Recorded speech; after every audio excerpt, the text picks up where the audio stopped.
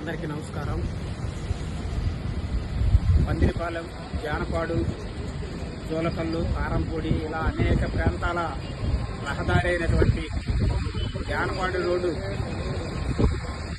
మరమ్మతులు మరియు ఈ ప్రాంతవాసుల అవసరాలను గుర్తించి నాటి వైఎస్ఆర్ కాంగ్రెస్ పార్టీ ప్రభుత్వం మరి కాసు మహేష్ రెడ్డి గారి చొరవతో జగన్మోహన్ రెడ్డి గారి ఆదేశాల మేరకు ఈ ప్రాంతంలో మరి ఇలా బ్రిడ్జి లేక ప్రతి 10 నిమిషాలకి ఒక ట్రైన్ రావడంతో ఇబ్బందులు పడుతున్నాము.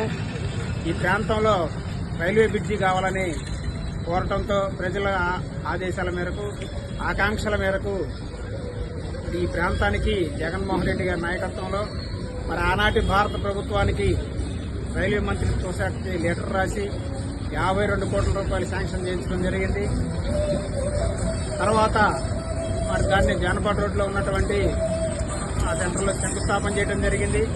కానీ అనుకోకుండా ప్రభుత్వం మారడంతో వచ్చిన ప్రభుత్వం ఇది కావాలని మరి బ్రిడ్జిని నిర్లక్ష్యం చేస్తూ ఈ ప్రాంత ప్రజలు అనేక ఇబ్బందులు గురి చేస్తున్నారు.